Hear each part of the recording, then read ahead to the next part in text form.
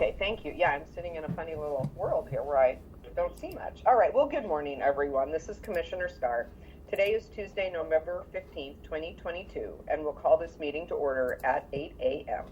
Before we get started, I'd like to remind everyone to mute their phone. You can do this by pressing *6. Please unmute yourself when called to speak, again pressing *6. It is very important for all others to remain muted. Thank you. Okay, well, we'll start with the Board of Commissioners roll call. Commissioner Bell. Good morning. Good morning.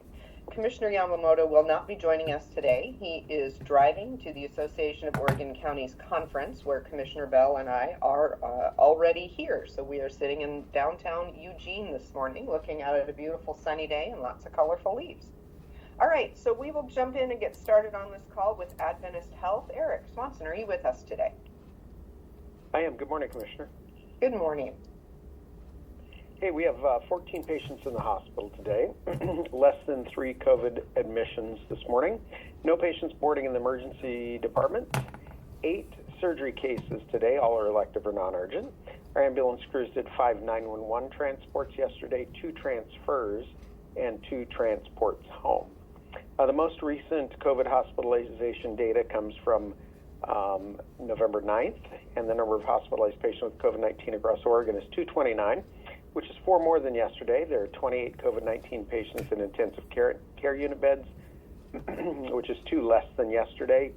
10 are on ventilators. 3.2% of all emergency department visits across Oregon were for COVID-like illness, and there were 4,712 emergency department visits yesterday.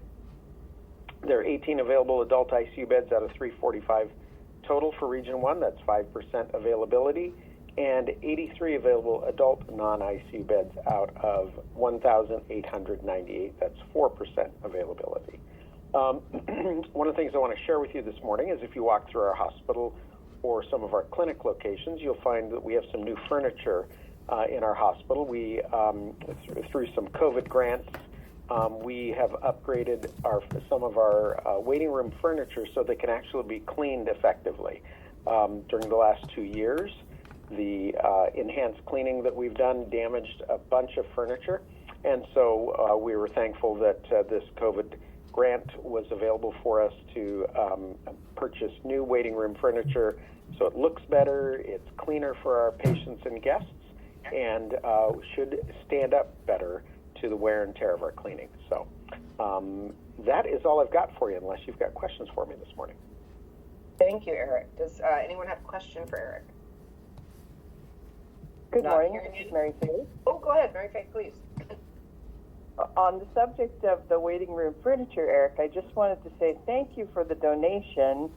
I heard from the manager of the Tillamook Serenity Club that the hospital had donated furniture to them that they are thrilled to have received, so thank you. Hey, thank you, Commissioner. We were really excited to be able to give some of that, some of our older furniture away that was in good condition to both CARE and Serenity Club. And just as a side note, my team that works on our opioid use reduction consortium in Tillamook loves working with the people from the Serenity Club.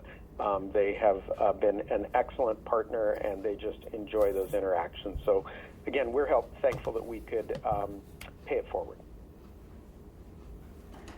That's wonderful, Eric. Thank you. Yeah, that is amazing. I know that the Furniture Care, I think, prior to your donation was a donation from TLC Credit Union, back when it was TLC, that had been the Lobby Furniture Care. So they may have replaced it in the interim, but we appreciate very much just how our community does work together. So thank you for that. Okay, moving on down the line. Coastal Caucus. Do we have Coastal Caucus members with us today? Well, good morning, Commissioners, and good morning, Tillamook County. David Gomberg here. And Commissioner, since you're in Eugene, let me tell you it is a sparkling, crisp, beautiful morning here on the Oregon coast, and you may be enjoying where you are, but let me tell you, it's better here. And Representative Weber will not be able to join us this morning, so I'm going to jump right in and tell you that I think that the dust is beginning to settle on the November election, and it was a different kind of election for us because with new rules, people, of course, could submit their ballots and put them in the mail up to the end of business on Election Day, as long as they were postmarked on Election Day. And that meant that results were a little slower to come in closely fought contests. Now, with more money being spent than ever before and a great deal of attention to a lot of very intense contests, here we are a week later, and generally speaking, not a whole lot has changed. We'll have a Democrat serving from the governor's mansion. We'll have Democratic majorities in both the House and the Senate, and our congressional delegation will be largely Democratic. Although there was one significant switchover now that we have 6 seats instead of 5, 2 of them will be held by Republicans, and that will have a significant impact on the partisan balance in Congress, which is going to be very close, and we're still waiting to hear the end results from some other states. So, I would say not huge changes in the makeup of our legislature, but that belies the fact that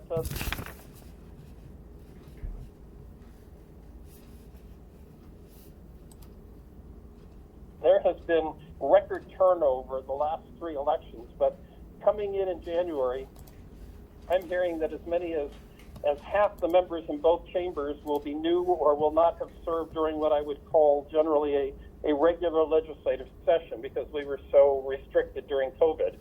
So we're in a position of meeting new people, building new relationships, establishing new procedures. At this point, with, as I said, the election dust settling, the next step is that the 4 caucuses in the Capitol, that is the Senate Democrats, the Senate Republicans, the House Democrats, the House Republicans, are all gathering this week to make decisions about leadership positions within those caucuses. And the outcome of that will then determine who will be Speaker of the House. I expect that would continue to be Dan Rayfield from Corvallis. But more significantly, who will be the new President of the Senate, with the retirement of Senator Peter Courtney after 30-some years. So that will be a big decision, and we're waiting to hear the results there. I will tell you, speaking of caucuses, that the Coastal Caucus met last night and welcomed Senator-elect Weber, who prevailed in her contest on the North Coast, and Representative-elect Javity, who will be coming in for position number 32 after a very close and an intense campaign there. The caucus met and took the unusual step of asking me to continue on as chair of the caucus for another year or 2. Normally, we turn the gavel over in the Coastal Caucus, going from House to Senate and from Democrat to Republican. But for a variety of reasons, they've asked me to continue to chair the Coastal Caucus, and I'm pleased and honored to do that. The final thing I'll say about the election is, and we've said this before, there will be changes in Tillamook County with the redrawing of lines this year. Those new lines were in effect for the election and will take effect in terms of who are your formal representatives with the new year.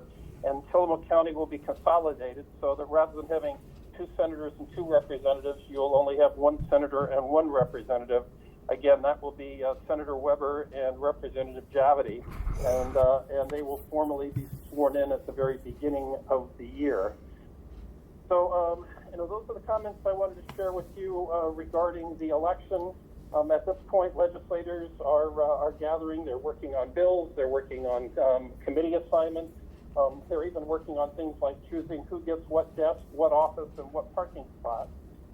We're waiting for news on what the Capitol is actually going to look like with the new year because of all the renovations going on there. Most of the public parts of the Capitol will be closed for construction. Certainly the 2 chambers, the Senate and the House chamber, will be open for business, and the office wings for legislators will be open for business. But other parts of the Capitol, including the offices of the governor, the Secretary of State, and the state treasurer, are being moved to other state buildings while construction goes on, and will continue to go on for at least another year or so.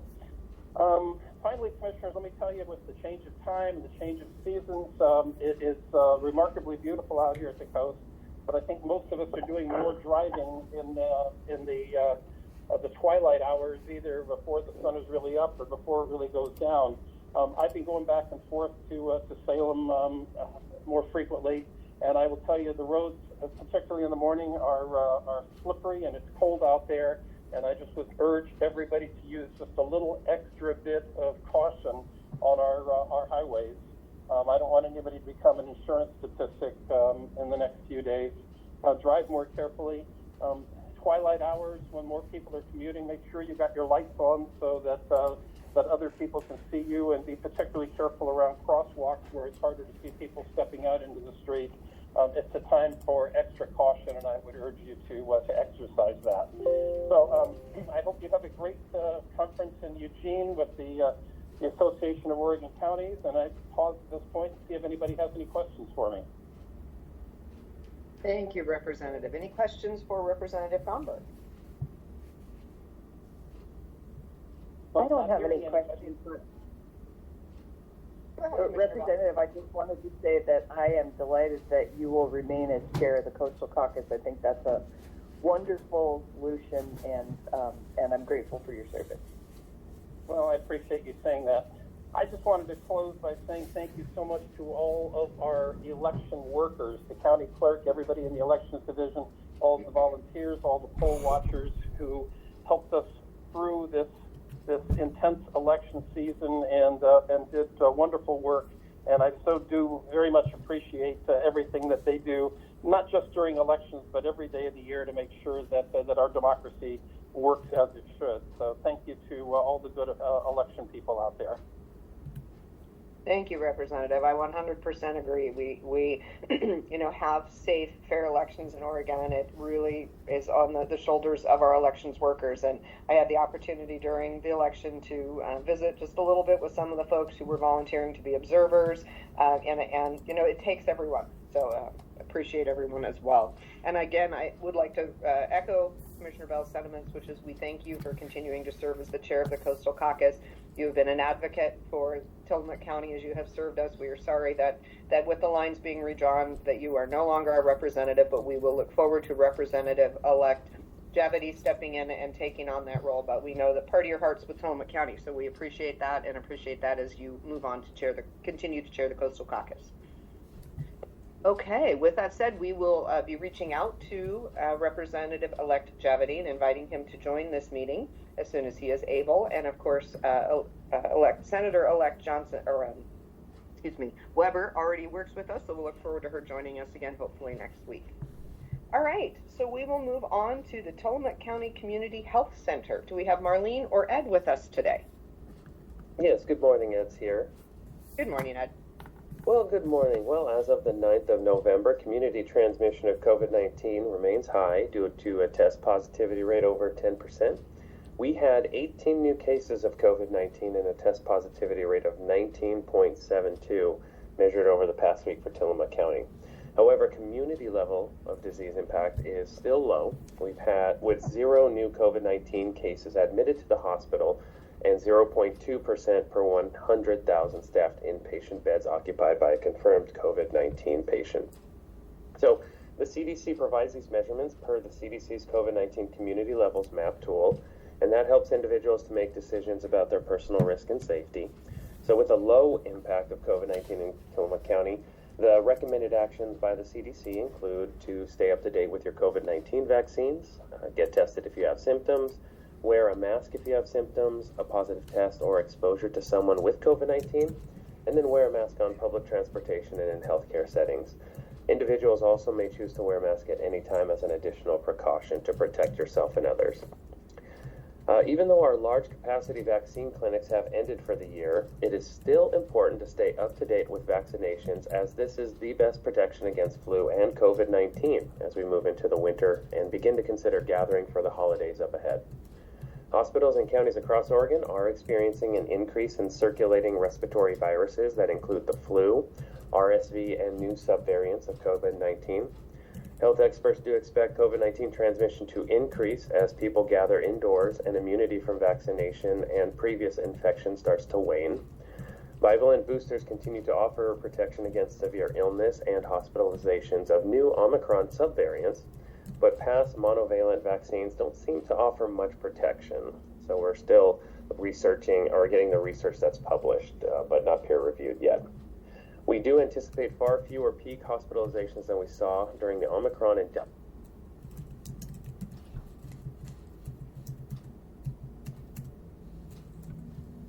When it comes to the flu, statewide test positivity was about 2% last week, and then 5% positivity is considered a threshold for significant flu circulation. And we do expect to pass that threshold of 5% in about 2 weeks. Now, for more information about that, OHA does put out a weekly flu bites report that anyone can sign up for.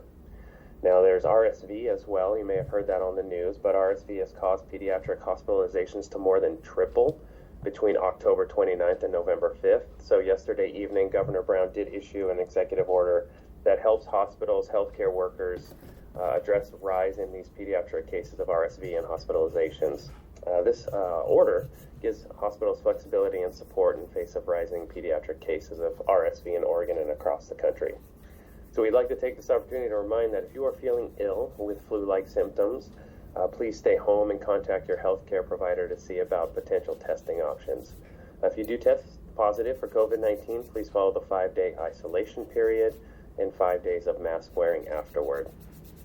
Once again, we're all familiar, but we still want to remind everyone to continue using frequent hand washing and disinfecting of high-touch surfaces, and then face covering works as well in indoor public spaces to help prevent.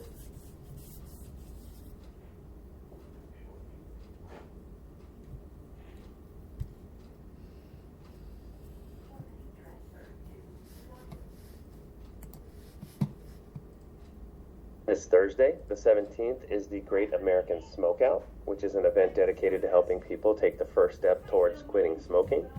If you or someone you know has been thinking about quitting smoking, start your day by visiting cancer.org/smokeout, or you can give a call to 1-800-227-2345 to make your quit plan.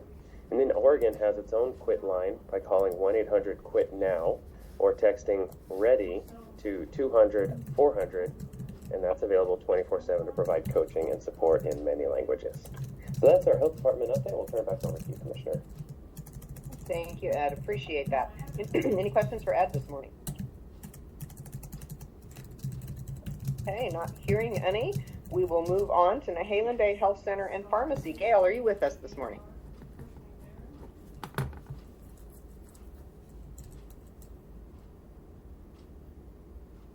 Okay, I'm not hearing anything from Nehalem Bay Health Center and Pharmacy. We will move on to Tillamook Family Counseling Center. Frank, are you with us today? Good morning. Good morning, Commissioner. Good morning.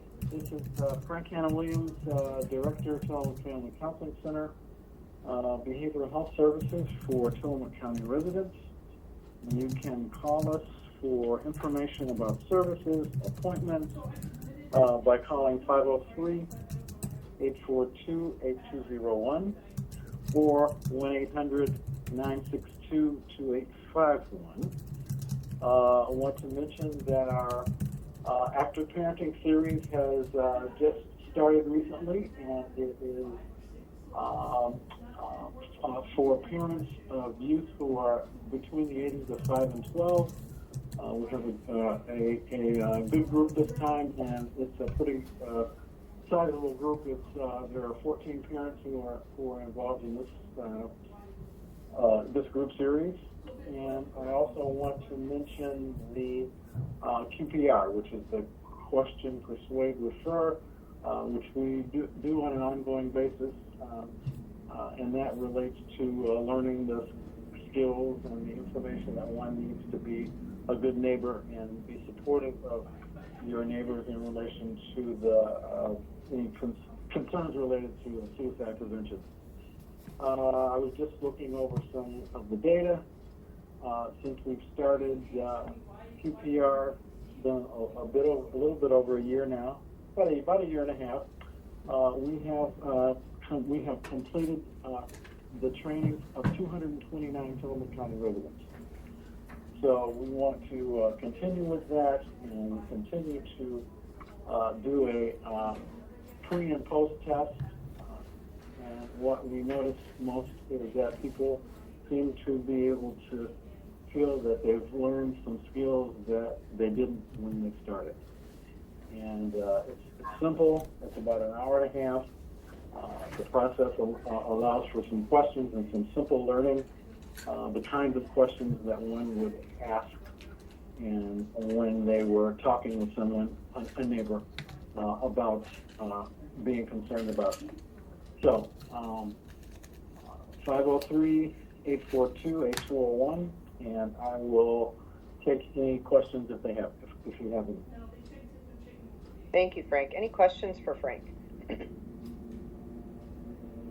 All right, I'll just throw in my support of the QPR program. I took the QPR training about a year and a half ago, and I encourage everyone in our community to take advantage of that.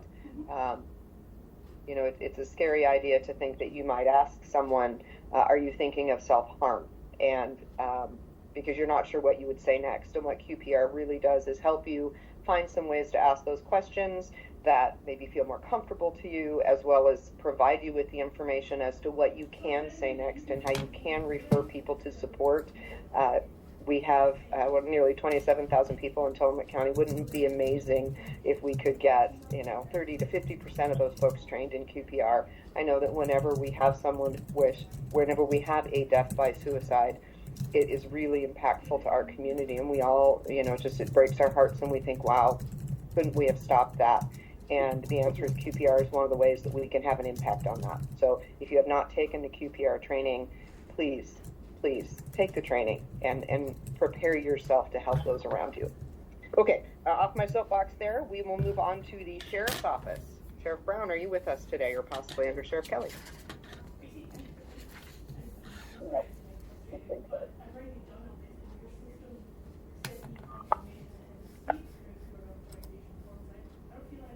All right, I'm not hearing anyone from the Sheriff's Office. So we will move on to Emergency Management. Do we have Randy with us today? Yes, you do. Good morning, Randy. Good morning. Well, I'd like to start off first talking a little bit about some state and federal grants that we've received here in Tillamook County because the Oregon Department of Emergency Management has finally released the monies. The first grant was the State Preparedness and Incident Response Equipment Grant. This is a grant where various pieces of emergency preparedness and resilience equipment is basically purchased and built by the state and then transferred over to the entity that basically whose application was approved. And in Tillamook County, we'll start off with Garibaldi Fire Department. They were able to get their low water rescue boat, which I think is going to be a great asset to the entire county here.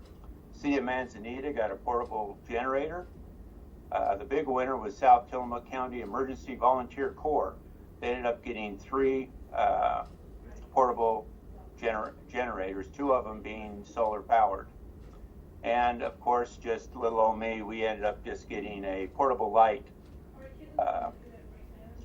that we will be able to utilize it anytime we have any mass care or any times that we have any gatherings that we need to have the additional lighting on. So anyway, that's the equipment that was divvied out with the Spire grant.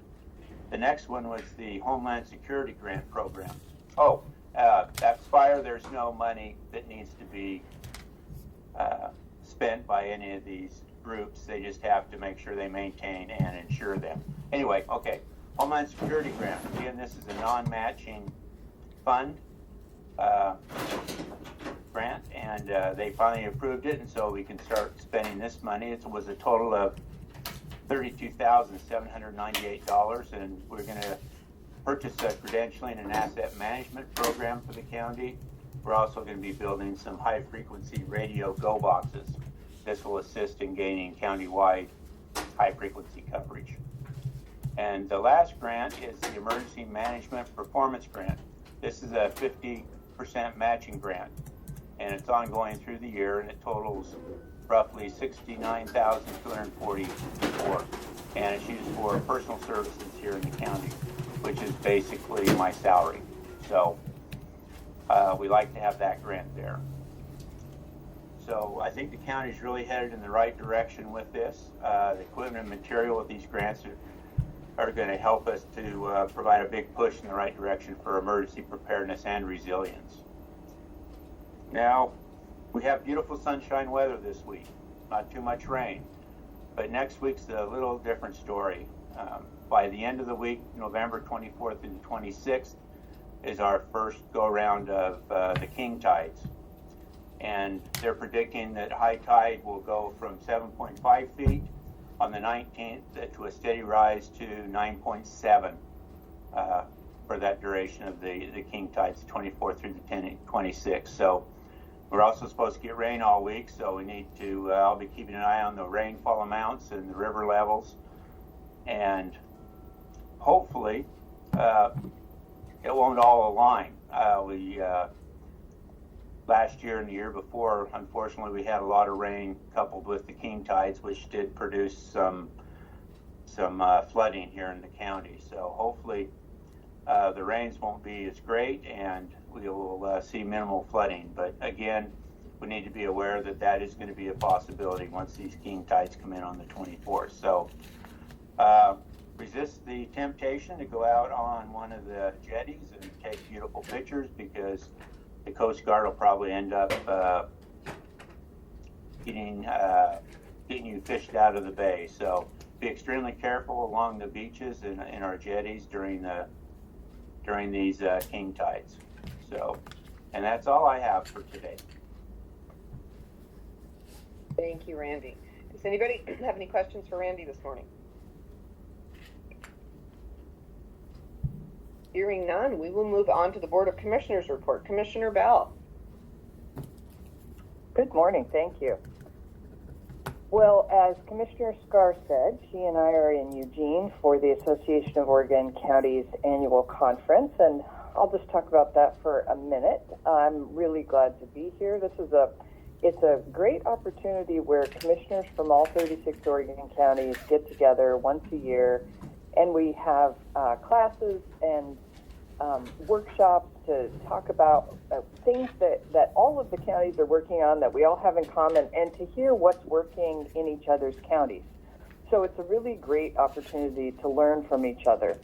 So, for example, we'll have sessions on broadband and homelessness and the Federal Infrastructure and Investment and Jobs Act law and managing growth, etc. So all of the water, it's very interesting because we're such a diverse state. I'm fascinated to hear solutions that are working in Pendleton, or that are working in Baker and working in Multnomah County, etc., and think about how to apply those lessons at home. So I think it's a great opportunity, and I'm glad to be here. And I want to just comment on the election for a minute and say congratulations to everyone who won, certainly, and also thank you to everyone who ran, because it requires a lot of courage to run for office. It's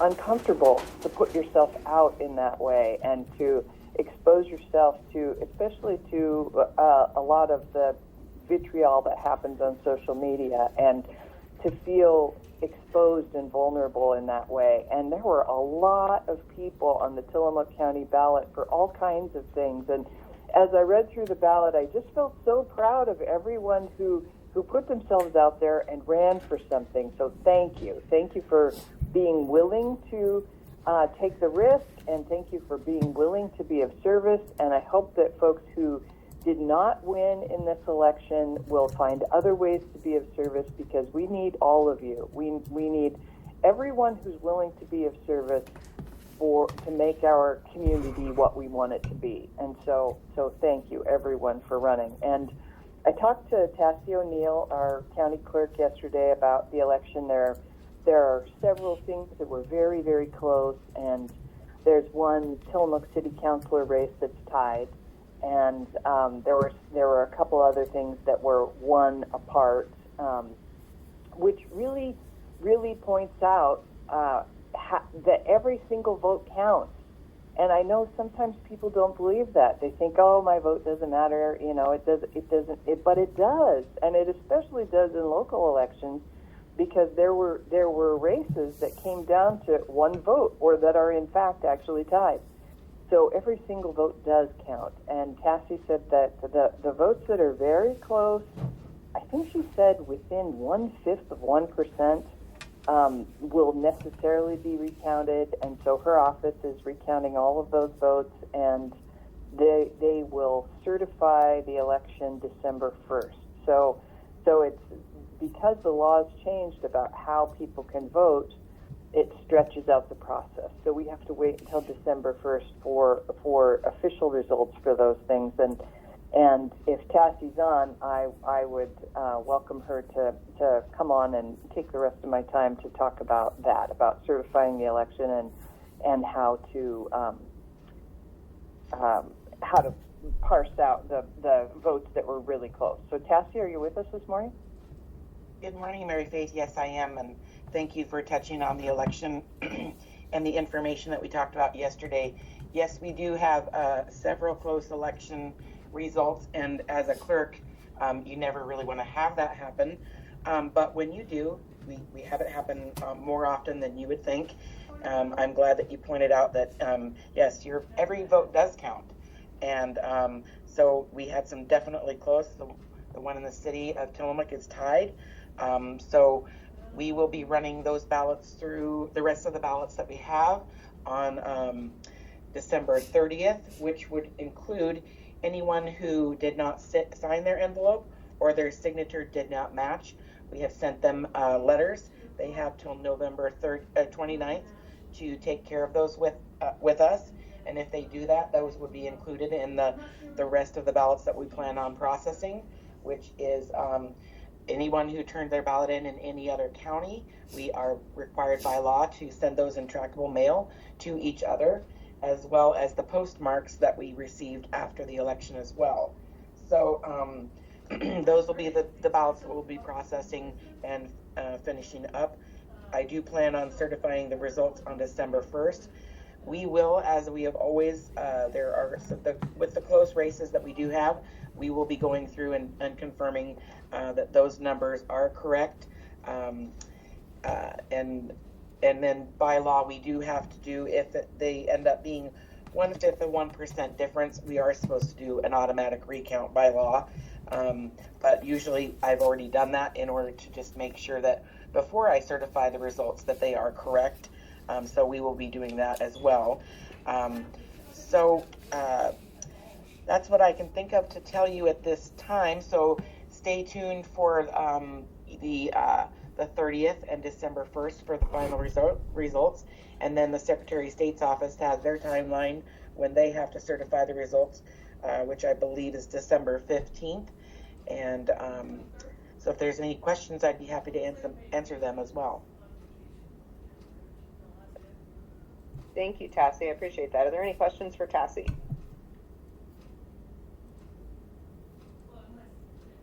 Okay, hearing none. Thank you so much, Tassie. We appreciate the information, and I will echo Commissioner Bell's comments that, every vote counts, and the fact that we have races that are within one vote or tied really brings that to the forefront. So if you didn't vote this year and now you're thinking, well, shoot, remember, we have elections every year and the opportunity comes up. So be engaged, be a voter. Okay, I will quickly touch on a couple of items. So this week we had our short-term rental advisory committee meeting. Last week right after our call, we had an opportunity to have Dan Kearns, who is an attorney that specializes in short-term rental law, join us and answer some of the many questions that had been circling around related to short-term rentals and how they are treated by the law, what case law has said, where they've been challenged in other areas. And I think one of the things that was most interesting to me is someone asked him, is there a best practice model out there that we should be looking at and emulating? And he said, unfortunately, no. He said Tillamook County at this time is in many ways at the forefront of short-term rental regulation with the ordinance that we have and the ordinance that we are currently amending.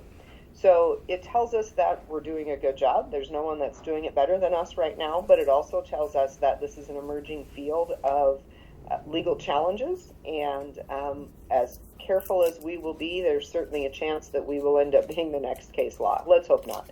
But it was a very interesting conversation. Again, answered a lot of questions that folks had.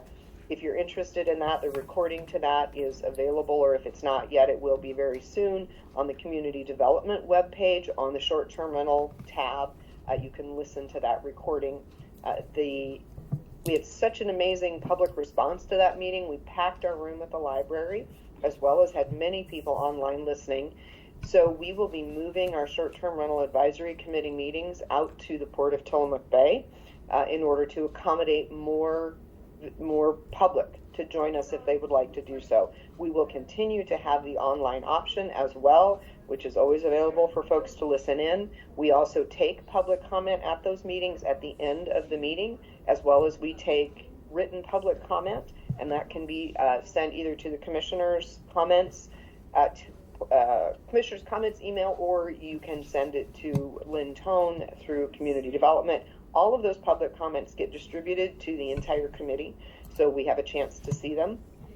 And this is an amazing opportunity for public input. So the next short-term rental advisory committee meeting is going to be not December 6th as it typically is, but the following Tuesday because of the housing summit, which I'll talk about in a minute. So if you're interested, please feel free to join us with the short-term rental committee. It's definitely gaining.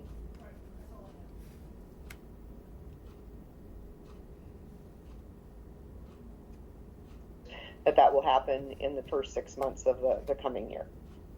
Okay, Housing Summit, just going to bring that up briefly. I've talked about it before. The North Coast Housing Summit will take place on December 6th from 8:30 to 3. It will be in Seaside at the Convention Center. It is an opportunity for the 4 counties of Lincoln, Tillamook, Clatsop, and Western Columbia to come together and celebrate the successes that we are having in getting housing built, as well as to look at some promising models that we're not yet using on the coast that we think might be possible. We've invited anyone who would like to attend to come to this conference. Right now we have just shy of 200 people registered. So if you have not yet registered, please do so quickly, so we will have a good head count so we can provide lunch as well as plenty of chairs. You can register for that if you go to the Association of Oregon Counties webpage. You're able to find the link there, or you can reach out to me directly and I can send you a link in email. But again, we are looking forward to that conversation. We will have Oregon Housing and Community Services with us at that conference. They will be presenting on their housing needs assessment, and then we will have the Department of Land Conservation and Development, and they will be reporting on their housing production strategy. So lots of good information that will be at that particular conference. We'll talk about one other quick thing, and that is I had the opportunity this last week to go out and visit with the residents of Cape Mears. They were kind enough to set up a meeting for me so that people could come out and ask me whatever questions they had about county operations, county strategies and priorities, and what we were doing and why. So I would just like to throw out to there, if you are a listener and you're thinking, well, I would like to have a commissioner in my community, please reach out. We really do want to interact with our constituents. We want to know what's on your mind. Cape Mears had a lot of things on their mind regarding emergency preparedness, regarding roads, short-term rentals, different things where people just had questions. And it was a great conversation. I appreciate everyone who came out to visit with me. I learned a lot about Cape Mears, and I think they learned a bit about county policy, procedure, operations, those things. So it was a great opportunity. So I just throw that out there. Reach out to me through the commissioner's webpage if you have a group that you would like to have commissioners come and talk to, and I'm sure that Commissioner Bell and Commissioner Yamamoto would say the same thing. All right, with that, we will move on to our cities. I received word that Manzanita would not be able to be with us today, so we'll jump right in at Nehalem. Melissa Thompson-Kiefer, are you with us today? Okay, not hearing any response. Wheeler, how about Mayor Doug Honeycutt or City Manager Mary Johnson?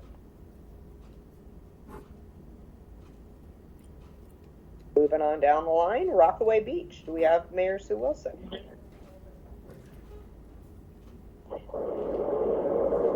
I hear somebody unmuting. Is that someone from one of our cities? Yes, Garibaldi, Mayor Tim Hall here. Go ahead, Mayor. First, I'd like to thank folks for re-electing me as mayor. I'm honored to serve another term. I have nothing to report this week for Garibaldi. All right, thank you, Mayor, and congratulations on your win. Okay, Bay City, Mayor David McCall, are you with us this morning?